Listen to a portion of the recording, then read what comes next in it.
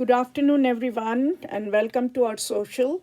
And I am really honored and privileged to introduce you, daughter of one of our members, Sucheta Heble today, who is going to do a presentation on communication and cognition for seniors. Sucheta Heble is a speech language pathologist who has worked with outpatient and acquired brain injury at Toronto Rehab University Health Network for past 23 years. She has completed her master's degrees in linguistics from University of Toronto and speech language pathology from Boston University. Her areas of interest in clinical practice includes working with adults with cognitive and communicative disorders following their brain injuries, clinical supervision, mindfulness practice, and more recently, the field of narrative medicine or interpreting stories patients share with the healthcare practitioners. Aside from her work as a speech language pathologist, she is a trained Kathak dancer and has performed in many local and international festivals, recitals, and programs. And hopefully, if she has a short piece she can present during our May 4th dance festival organized by Saches, she might do that there too. Welcome, Sucheta. Go ahead. Thank you.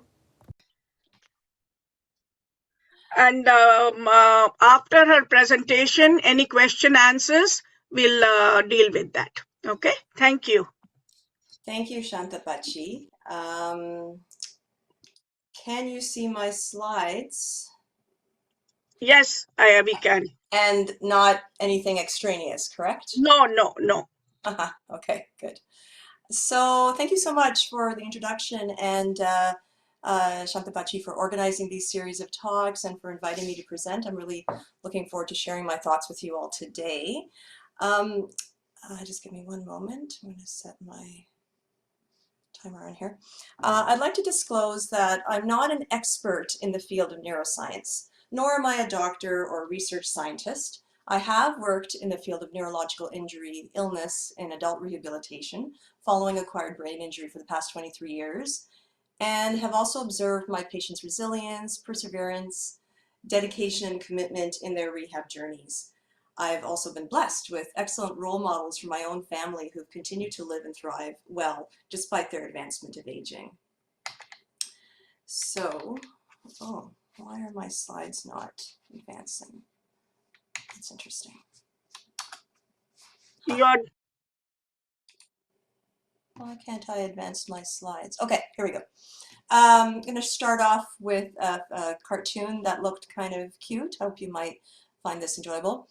In panel 1, the bear says to the bird, "I'm trying to remember something." The bird responds, "Is it computers?" The bear thinks for a moment, "No, I remember computers." And then the bird responds, "Then I don't know." And I thought that was a cute joke. Okay, so as a way of introduction, when my dad pictured here was 84, he had been preparing to complete his written test for renewal of his driver's license, a mandatory requirement for individuals over 80 in Ontario. This would have been the third time he would have written the familiar written test since turning 80.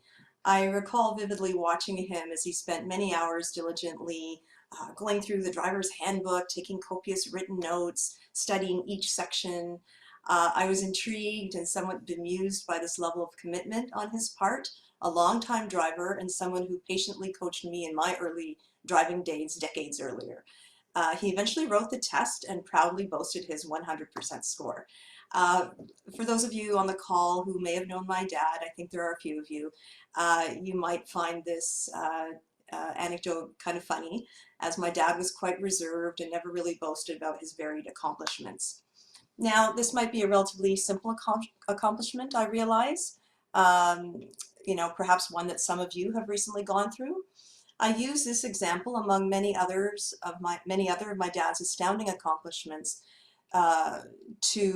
including completion of an academic paper that got published in his early 80s, to remind you that advancing age does not necessarily need to mean a change in functional cognitive abilities. So here are a few scenarios. Some of these might seem familiar to you, and you know, have a look and think about whether these are situations in which you have encountered yourself. You walk into the kitchen and realize you've forgotten why you went in there. You struggle to think of the name of an actor from a movie you and your children watched many years ago. You frequently misplace your glasses or your phone or your wallet or your keys or some other object that's familiar to you.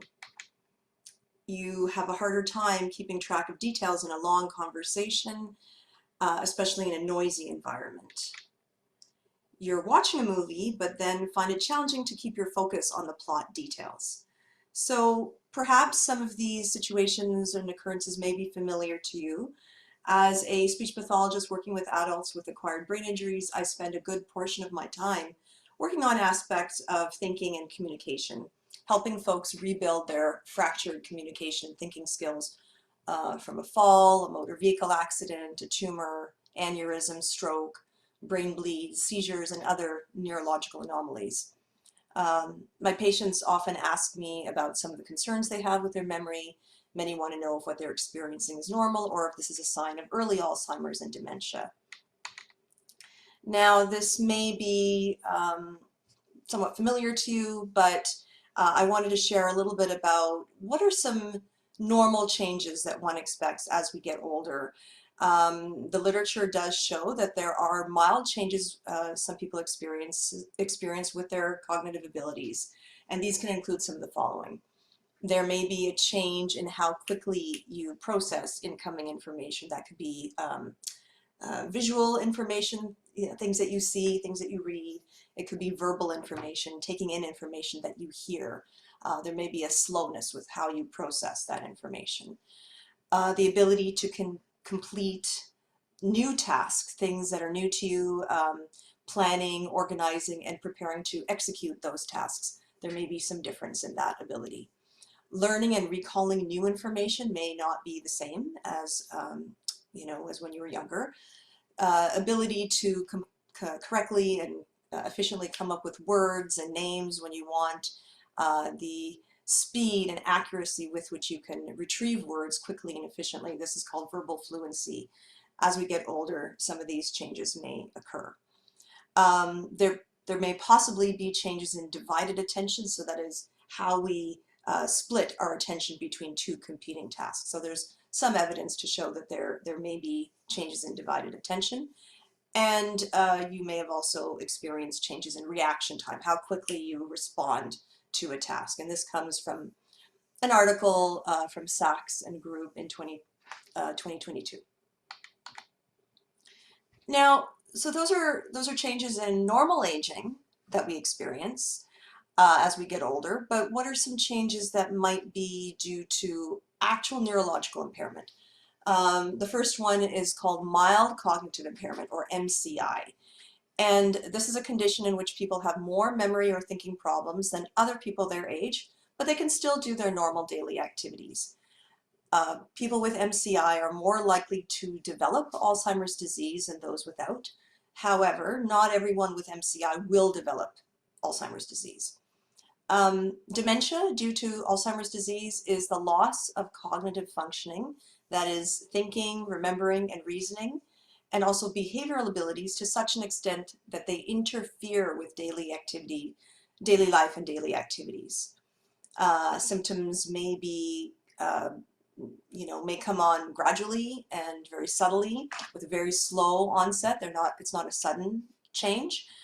Symptoms might include problems with language skills, the way we perceive things in our environment, or visual perception, or paying attention. Some people may also have personality changes. And there are different forms of dementia, including Alzheimer's disease, some of which you may have heard about in the news and media. And this information again comes from the same article from 2022. However, not to despair, if you or your family do notice significant changes in your thinking or behaviors, do seek medical attention. Don't assume it's nothing. Conversely, don't assume the worst until you go for further medical evaluation. There's a great temptation to research our symptoms, and look at our symptoms and start to self-diagnose. That's a very tempting thing to do. Some of us, I'm sure, have done. But there could be a bit of anxiety-provoking kind of feeling going with that, because you don't really know if the information you're receiving on the internet is accurate or valid or pertains to you personally. So try to avoid Dr. Google. However, if you do need to seek medical attention and book an appointment, I wanted to share with you some suggestions to keep yourself organized. And this can be applied to any type of appointment, not just a medical appointment, any kind of task or activity.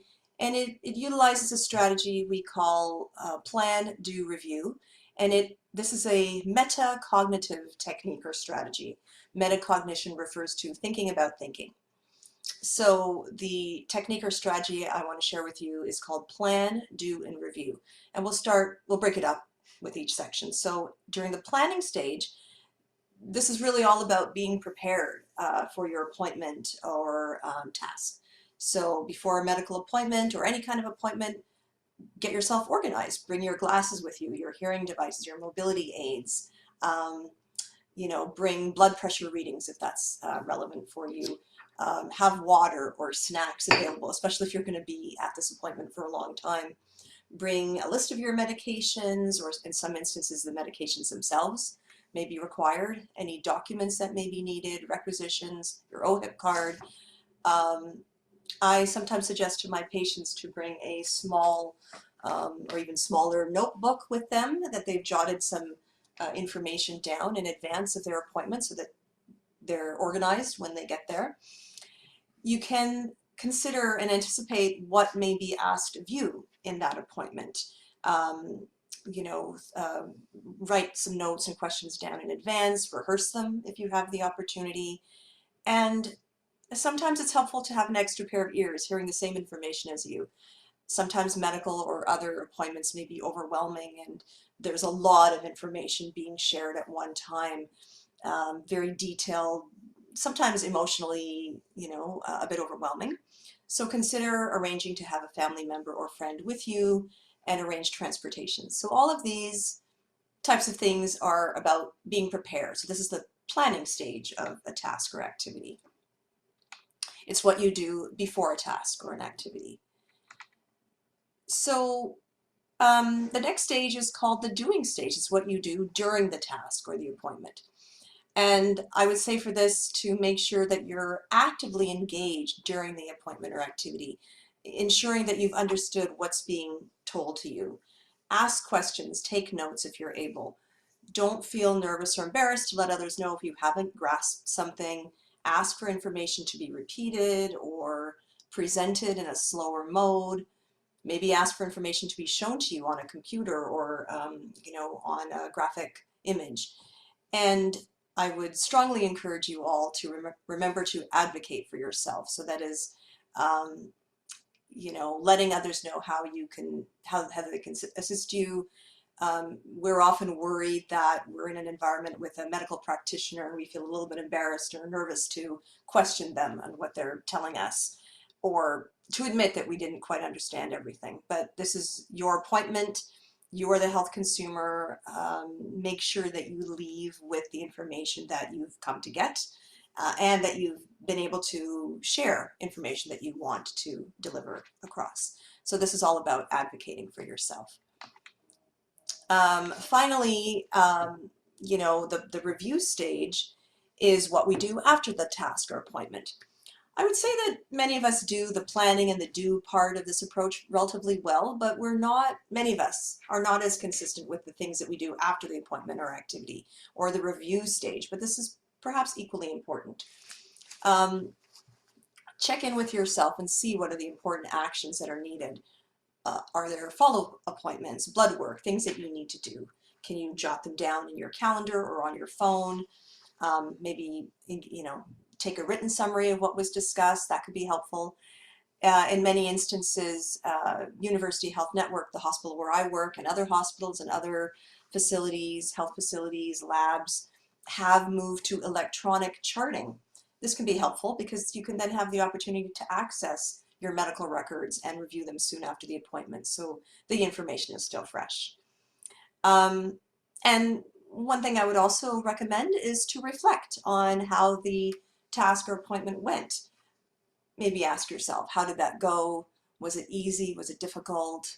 What techniques or strategies did I use? How helpful were they? And what will I do next time? So in a nutshell, this is the plan, do, and review technique to help yourself prepare for appointments and to keep yourself organized. So hopefully you will find these tips helpful and use them at your next task or appointment. Oh, there's a cartoon here. In panel 1, the bear says to the bird, "This is my to-do list. It's where I keep track of all the things I'm not doing." And this is a common joke in our household and my work, actually, because I have copious post-it notes all over that I'm often, my to-do list, some of which I get to, some of which I don't. Okay. I'd like to transition now to discussing ways to manage attention, concentration, and focus.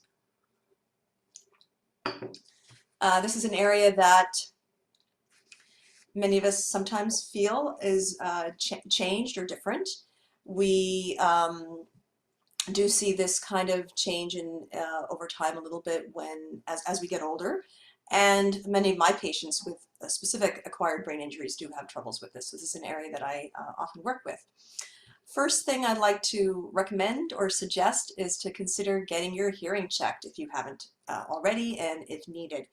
Untreated hearing loss is associated with cognitive decline and dementia, according to an article from May 2023 in the Lancet Public Health. This can profoundly impact one's ability to engage socially in communicative activities and interactions, leading to social isolation and reduced quality of life. If you do have hearing aids or pocket talkers, use them. They're no good in your drawer. And here's some other things. So ensure that when you're engaging in a conversation or activities, to call people when you're feeling well rested and alert, when you are adequately hydrated and adequately nourished. These seem like simple things to attend to, but can have a huge impact on how well one can attend and focus on a task or conversation. When having conversations, do so as best you can in a less distracting environment. Turn off the TV, radios, ensure people that you're engaging in a conversation with are facing you, not trying to speak to you from a different room, or over competing noises. Focusing on one thing at a time is the next bullet point, which I think is probably a controversial idea. Over the years, multitasking has been considered to be a highly desirable skill or ability, and one that is often strived for. In recent years, the trend has shifted to focusing on one thing at a time, which will help you be more, can help you be more attentive. You will possibly make fewer errors and ultimately be more present in what you're doing or learning. And a good idea to complete the task before moving on to something else. So an example of that might be in the kitchen. You are cooking, maybe you finish the one thing before moving on to the next thing. In terms of communication, if you're talking on the phone, mute the TV, be in a quiet space, maybe consider, engaging in one topic at a time.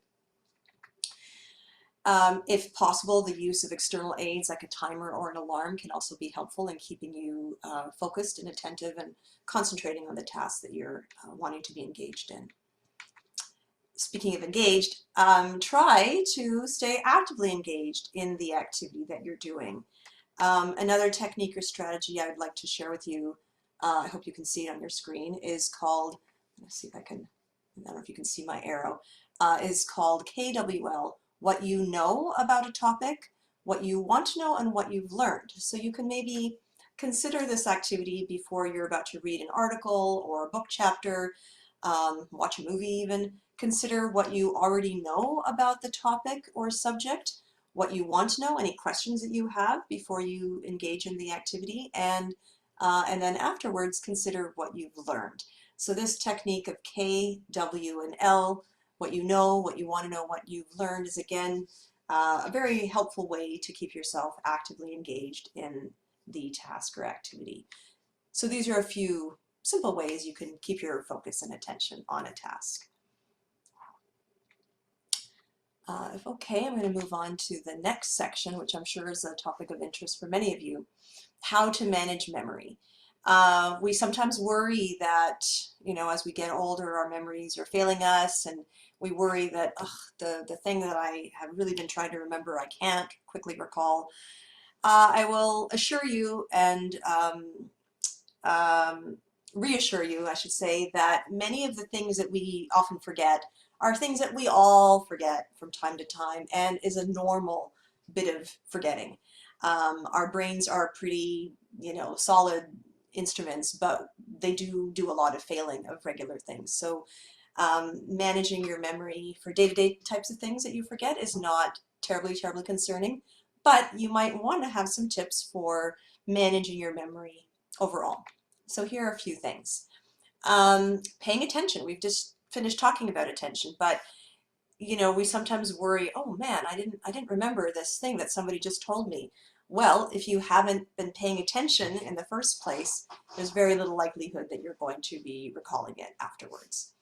I would encourage you to write things down, keep a daily schedule, use calendars, use alarms, use the apps on your phones and your iPads. These are very simple tools to use, and with time, as we get used to them, it'll help us be more efficient with our activities. In terms of medications, you might want to consider, using a pill box to keep your medications, and these are divided up into days of the week, even times of day. And if you're able, I would even strongly urge you to consider something called a blister pack, which is one sheet of all your medications that you need for the day. Managing our medications is a pretty risky thing to forget a dose, or you may have forgotten, did I take this dose already? So the use of a blister pack for your medications can be very helpful. Do ask your pharmacy about that if you have any concerns or questions. Other things that I think many of you are already doing to help you with your memory is to continually rehearse and repeat information until it sticks. Form associations. Link new information with previously learned information that will help solidify the new information that you're trying to adhere to.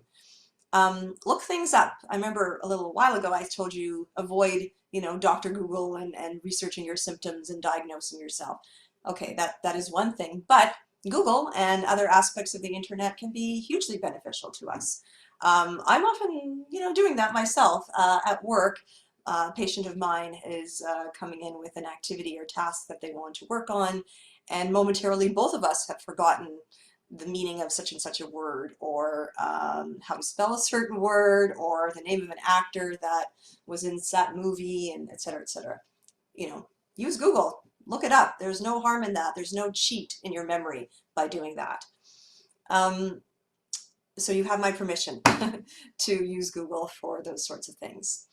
Get sufficient sleep. This is a simple thing, but sleep is hugely important to our brains and how we consolidate our memories. So when we sleep well and have had a restful sleep overnight, this assists with our recall of information later. Finally, ways to manage memory are to manage your stress. So stress and prolonged chronic stress can have a huge impact on how well we recall things. Managing stress can involve things like engaging in mindfulness, meditation, yoga, exercise, even leisure activities that are hugely, engaging to you. These are all ways that you can manage stress. Prolonged stress in our bodies can have a pretty negative impact on memory and our thinking abilities. So these are just some simple tips to help you manage memory. Oh, I'll mention here, and this link is, I'll share with you again later, is a link to uh, a short video, about 8-9 minutes, by an author named Lisa Genova, who is a neuroscientist and author. And many of these tips come from her this link, so I'll share this again with you at the end. I guess finally I'm thinking of another tip that I'd like to share with you about you know, keeping mentally engaged, is to stay socially engaged. Continuing to stay socially engaged and connected and active can help with preserving brain health, improve emotional health, enhanced cognitive function, lower the risk of health issues, and provide a sense of belonging and a sense of purpose, as well as increase self-care and improve sleep quality. Stay in touch with family and friends.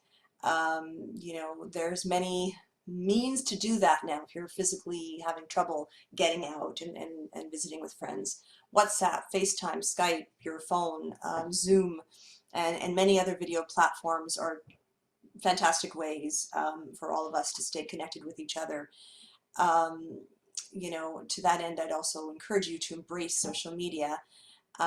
This is a challenging time, and I think a lot of us get nervous about you know, engaging in social media. It's not just for keeping in touch, it's also about you know, building community. And I want to mention a special shout out to my mother, Sucheta Heble, hi Mom, who's on the call here today.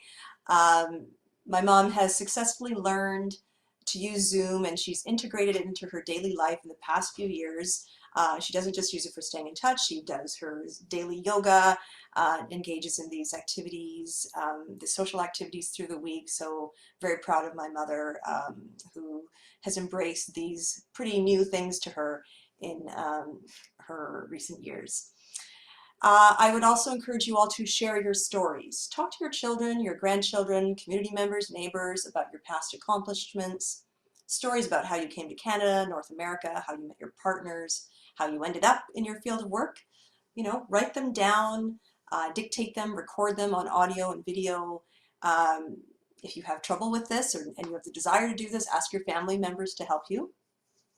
You all have unique experiences that my generation and our children's generations have not encountered and are eager to learn about.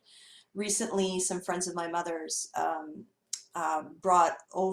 came to visit her and brought over a picture book that initially looked just like a photo album or a photo book of pictures of their kids and grandkids, but it was so much more. It was a story. It was written stories of this couple's journey, how they came to Canada, how they met, their family history, their family trees, as well as stories about their children and their grandchildren. It was remarkable, and I invite you all to consider you know, something like that, to share these very unique stories. Doing so will help you stay socially engaged and you know, in your day-to-day activities. Finally, I'd mention to volunteer your time, and serving others in whatever capacity you're able to, perhaps even from your own home, can be highly rewarding and give you a sense of purpose. So I guess this is a bit of a recap, because I think we've talked about all these things. Tips for building a better brain. There's no time limit on this. You know, as we get older, we think, oh, our brains are not going to be able to handle this new thing. No, that's nonsense. There's never a bad time to start a new activity, picking up a hobby, art, learn an instrument, read, play Sudoku, challenge your brain with new activities, connect with others. It can include art, coloring, spending time in nature, going for walks, yoga, meditation, making sure you're eating healthy meals and hydrating, engaging in social activities, and continue to learn new things. This is all about building a better brain. Some examples of aging well that I wanted to share with you are from the media.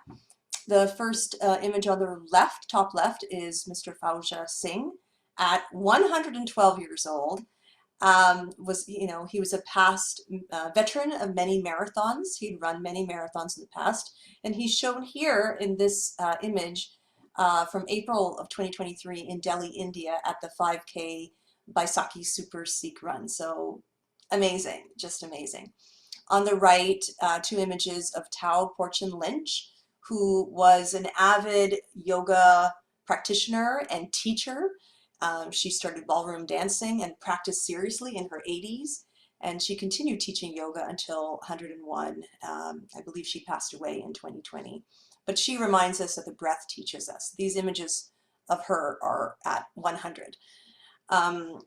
Finally, I can't forget to mention my paternal grandmother, Dr. Sucheta Heble, who remained quite active in her community in Mumbai as a homeopathic doctor, and whose accomplishments continued to be a tremendous source of pride and reverence for me and my family. As promised, I wanted to share with you a few resources and references. I will send you, or I'll send to Shantapachi, who can maybe share this with you, some different links, including the link I mentioned to you before about the author, Lisa Genova, and 2 books that I highly recommend that are available through the public library or Amazon or even Indigo chapters. One is called Keep Sharp, Build a Better Brain at Any Age by Dr. Sanjay Gupta. Many of you may know of him from CNN, I believe. And the other is called Remember by Lisa Genova. Lisa Genova is an author of many fiction books, and this is one of her one nonfiction book. She is a neuroscientist, and this book is called Remember, The Science of Memory and the Art of Forgetting. Terrific book. I think you'd all enjoy it. So if any of you are interested in learning more about communication or finding ways to help someone with a cognitive communication impairment, you may contact any of the references on this screen. And I did have one other kind of activity for us, but in terms of formal content, I'd like to thank you so much for your kind attention to this presentation, and we'll take a quick pause here. Thank you.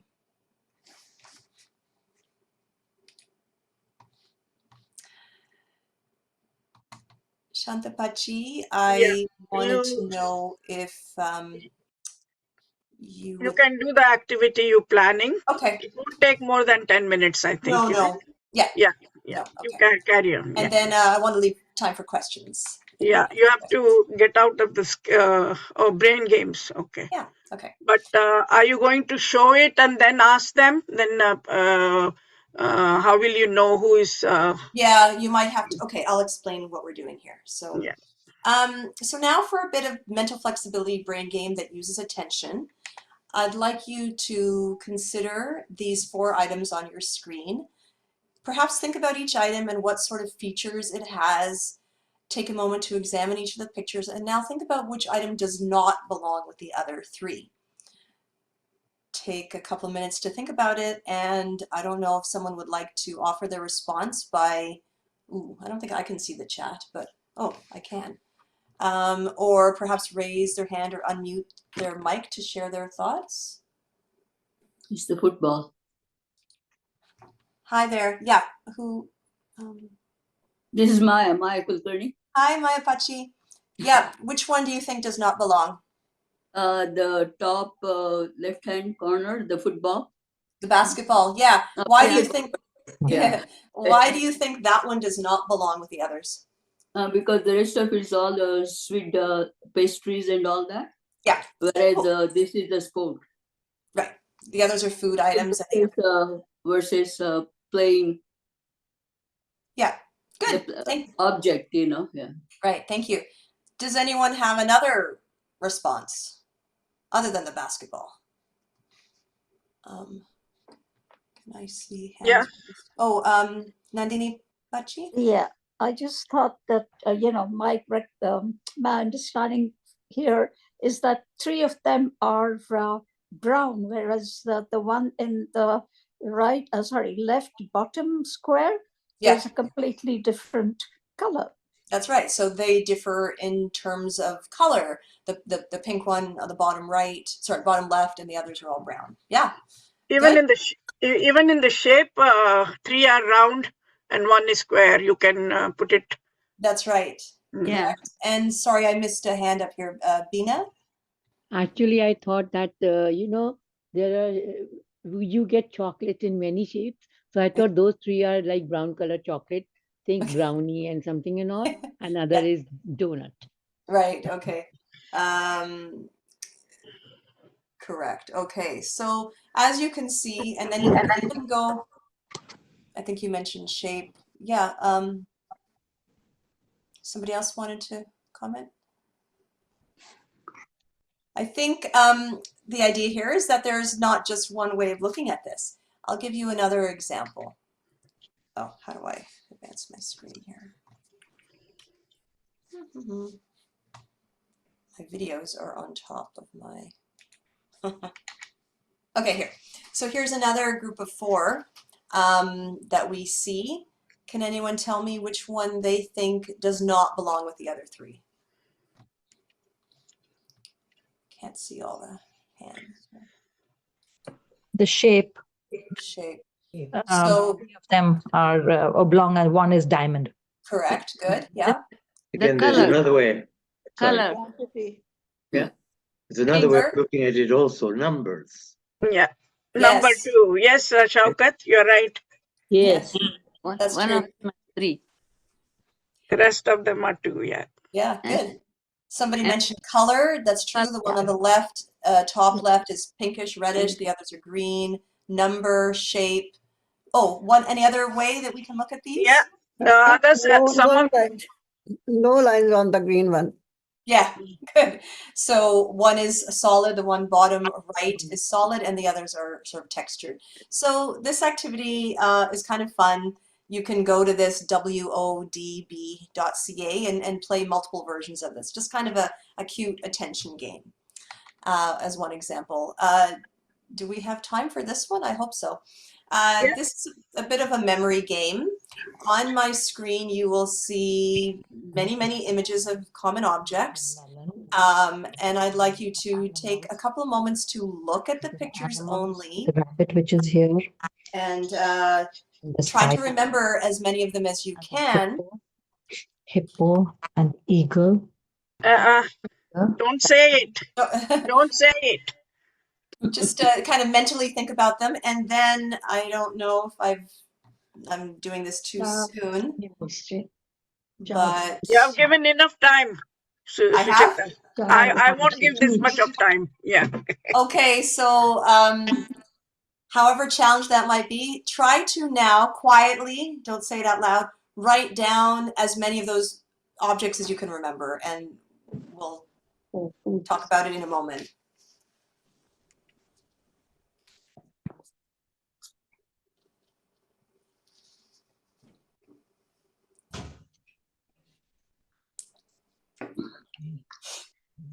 For fruits, for musical instruments, for animals. It's a big animals, my hippo.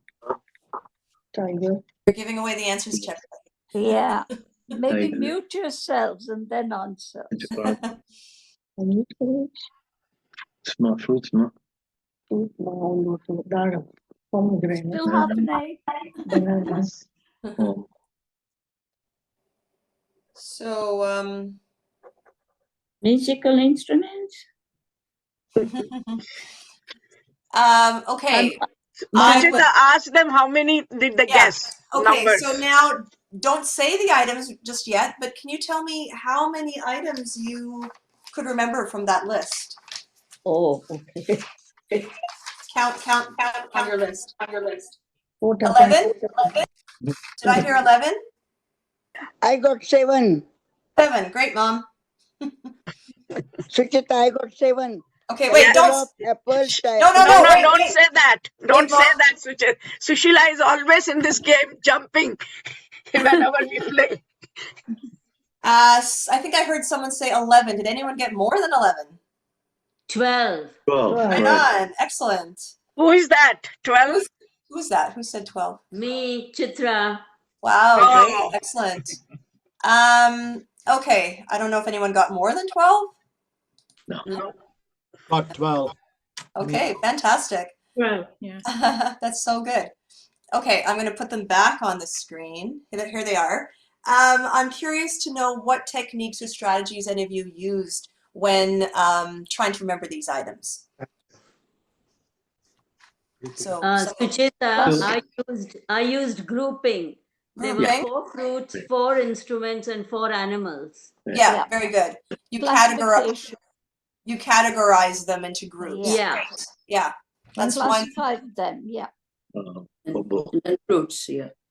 Did anybody have any different method of remembering them?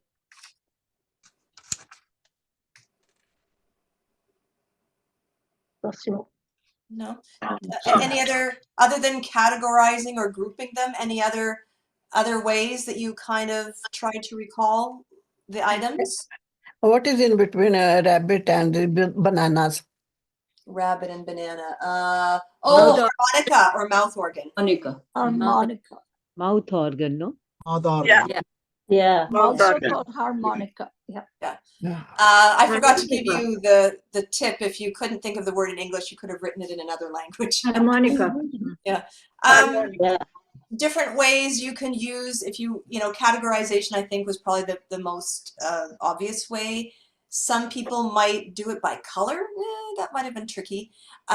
Or visualizing the objects and where they were in terms of location. So I remember that the cantaloupe was in the top left, or that the hippo was in the top right. So sometimes location might be a way of categorizing. So I don't think it was meant to, have you find all of them, but I was just kind of, mentally challenging, mental challenge activity. And thank you, Shantapachi, for this idea. And I just wanted to share one other game that some of you might know. This one is called Spelling Bee, and it's connected to Wordle and these other New York Times puzzles. I see some people nodding. And this is one, Aziz, my husband, who's not on the call anymore, I don't think, will know that I'm obsessed with this game. My daughter too, actually. I like it too. I do it every day. And so the goal of this activity is not too bad, but it's kind of fun. Is to, you see a group of letters, 7 letters, the middle center letter is in yellow, and you're trying to make as many words as you can using use the center letter. They all have to use a center letter, the one in yellow, and they have to be 4-letter words and up. Ice. 4-letter words and up, and the other challenge is you're trying to find one that uses all of the letters, and you can kind of use more than one letter in a word. So I've given a few here: seed, C-E-D-E, seeded, code, coded, come, deceit, and you could keep going and find many more. This is from July 29th, this particular game, but there's new ones every day. You can get the app for your phone or iPad. You can play it on the computer. You could keep playing it on a piece of paper, which is what I do. And my husband finds various notes all over the kitchen table that my daughter and I have written with all the words. So it's a fun game. I think that is sort of the end of my presentation. I can stop sharing the slides, I think. Let's see how to do that. And I hope we still have a bit of time. I would love to answer any questions that any of you have, any comments. Happy to answer any thoughts that you may have. Oh. I have a question. Shanta, you'll be putting up all the websites which she's given for the games and everything on email and sending it out to us? Yeah. Once, no, not email. I actually put together a 2-page handout that I've sent to Shantapachi, so maybe. Yeah, I will be sending that. I'll be sending that, but the whole recording will be on YouTube. Once Mahesh does it on YouTube, I'll send you the link for the YouTube. You can watch it again. Okay? But all the websites you've given in the handout. Yeah. Okay. We'll share Hello, those. Sucheta. Can you hear me? Hi, how are you? Good. This is Mangala. A comment. You were talking about age. My aunt, maternal aunt, is 102 in Pune. Yeah. She uses WhatsApp. That's great. She calls me. She, the other day, she wanted me to send pictures, and then she said she really liked them a lot. Yeah. So at 102. That's terrific. I don't think there's an expiry date on how how we can engage in with activities. So thank you for that example. That's fantastic. A friend You're of very welcome. a friend. Sorry, this is Nandini here. Yes. Hi, a family friend of ours. She lives in Houston, and she's going to be 100 years old and later this month. And again, her memory is so cute, and she uses WhatsApp, and she can use the computer, iPad, and things. So she's, I find it very, very inspiring that somebody could do that. Yeah, terrific. Okay, next is Bina. Bina, her hand is up. Bina? There's a lady in our temple. She's 94 years old. She sings so beautifully with so much passion and such a decent lady, and she's always happy. Okay. She's little frail and when you grow old, you lose your muscle. But she walks gracefully, and the way she sings, it is mind-boggling, the classical music with the proper this thing. Thank you, Bina. Shaukat? I would just like your comments on reading novels. People who are interested in reading, I often feel that reading novels is much better than reading newspapers and journals and things, because the novels continuously keep reminding the reader about the character. Suddenly, after 2 chapters, 2 days later, we go to read the book. We have to look who this Henry was, who this person was, how did he suddenly come into this? And I feel I would like your comment whether this is a good thing to try and preserve one's memory. Yeah, great question. I think my answer to that would be that if you have the capacity to read vision-wise and memory and attention-wise, please keep doing it. Reading is a fantastic brain activity, as you said. It involves reading, memory, recall, paying attention to plot, to details, to characters. But as far as novels versus nonfiction versus journal articles versus newspaper, it's all good. Reading is just fantastic technique. So you may not be a fan of fiction stories. You may prefer nonfiction. The 2 books I mentioned were nonfiction. I actually read a bit of both. I like kind of a combo. Personally, I know a very intelligent professional person, director of his department, retiring, and completely lost the memory. He could read 2 newspapers in the morning, page to cover, and he keeps telling me, I can't remember what I read if you ask me, right? But the amazing part is this man, he can do Sudoku at the high level. Wow. Interesting. I can't believe that he can do, but he can. And it just makes me wonder whether intellectual things alone are not the same as recall. Recall is where the real memory comes. Yeah, the other thing I have heard is that learning a language, and that is very, very helps a lot of cognitive activity, which is you can learn a language through any university, which they started during the pandemic. You have to pay for them if you want to get the certificate, but if you want to just learn it for yourself, then that's a great activity to do, and your cognition is really, really helped by that. Reading, a lot of people cannot read due to eyesight or the print of the book. They go for hearing, what do you call? Audiobook. Audiobooks and podcast. My husband is very fond of podcast. When he goes out for walk, he has podcast and he's listening to that. So that keeps him going, and I think that's a good way of doing as well, if you cannot. Yeah.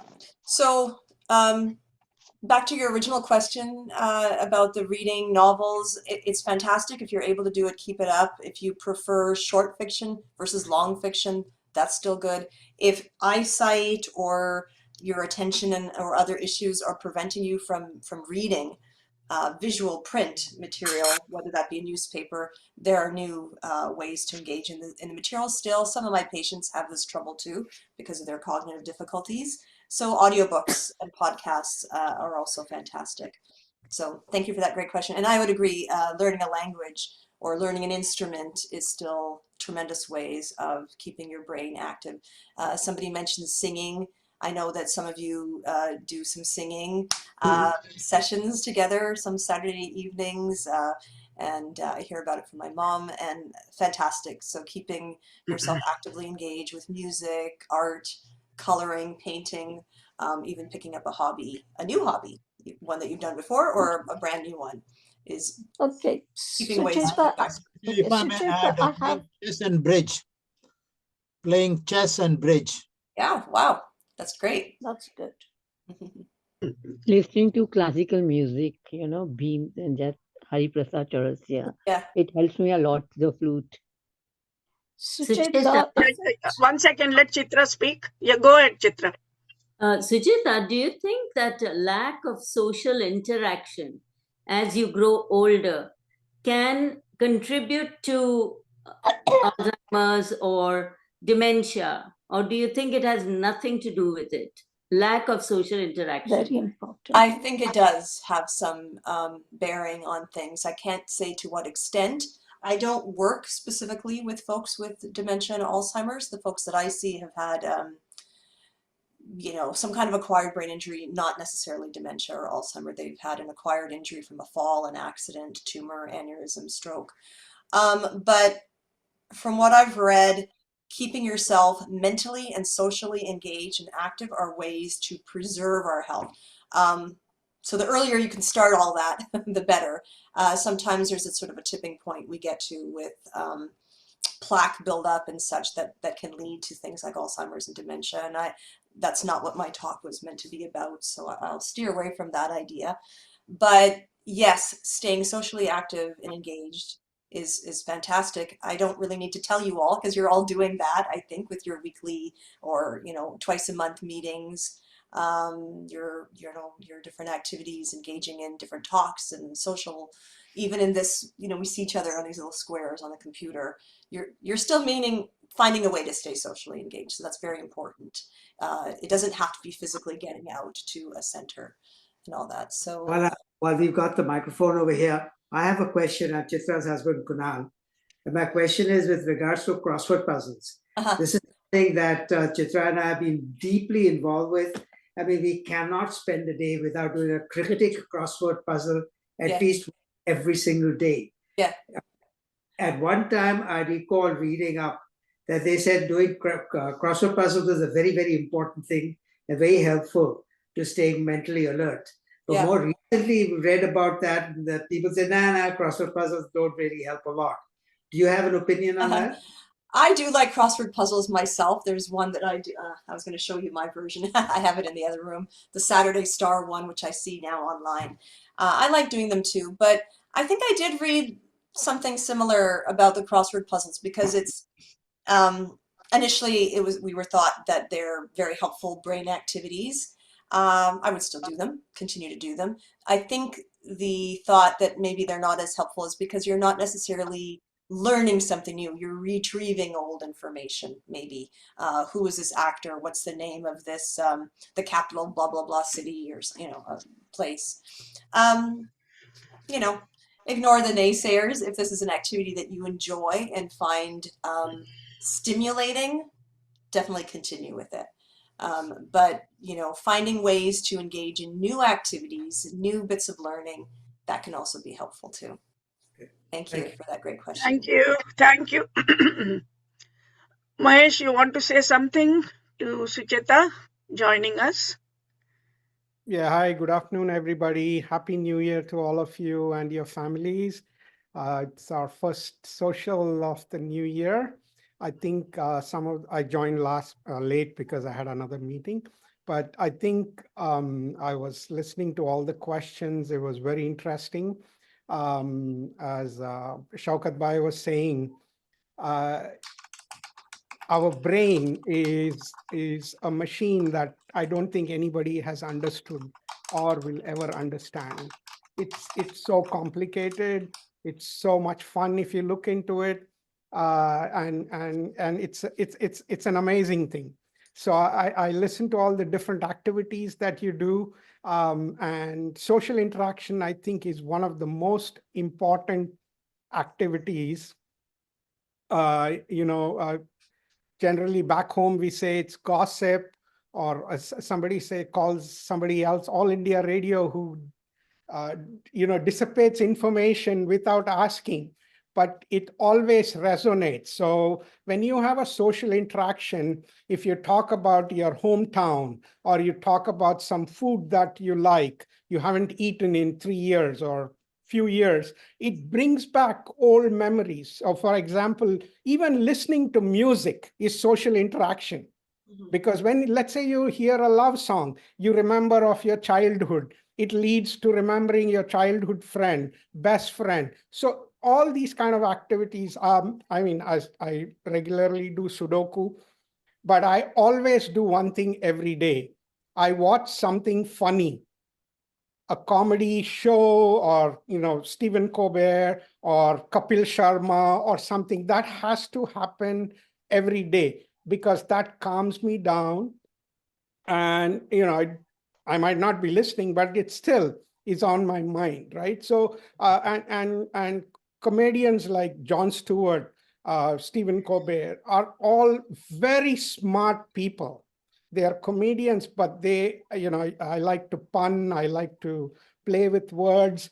That's where I learn from. Now the Mad magazines are no more printed, so I have to depend on these guys to be mad. So that's some of the things that I do for my sanity. But thank you so much, Sucheta, for today's presentation. I think somebody has a question. Meena ji, go ahead. Meena, you have to unmute yourself, Meena. Yes. The last question. Yes. Just to let everybody know, thank you, Sucheta. It was wonderful and seeing everybody. But recently I was reading a lot of studies on how meditation, especially Kirtan Kriya, it has actually, if you do a minimum of 12 minutes of Kirtan Kriya, just 12 minutes, if not half an hour, studies show that it can bring back some of the gray matter and the white matter, the telomeres in the brain, and it can improve your memory. So I just thought I would mention it. Thank you. Yeah. There's a doctor called Dr. Satharam Kaur. She does a lot of practice of Kundalini and this Kirtan Kriya. So you can maybe find more information on her website, Sadharam Kaur. That's where I got the information from, Kirtan Kriya. Thank you for mentioning that. I don't know specifically about that, but meditation and mindfulness, which I have studied and practiced to be a practitioner, all of that, can be very helpful in brain preservation as well. There's a lot of studies and research, recent studies that are showing benefits to the brain and blood flow. So thank you for that. Thank you, Sucheta. And we do meditation thanks to Chitra and Kunal. Tuesday, Wednesday, Thursdays for 10 o'clock we join and do meditation, and that's really helpful. For those who are not join us, please do join and sit. I mean, it is hard for me. I can't sit for 20 minutes without focusing on one thing. My mind goes all over, but that is a very good thing. It's a start for those who are not used to doing meditation. Thank you. And thank you, Sucheta, for your lovely presentation. And hope to have you again with some other topic in future. And thank you, everybody, for joining. Thank you. Thank you, Sucheta. Thanks, everybody. Thank you, Sucheta. My pleasure.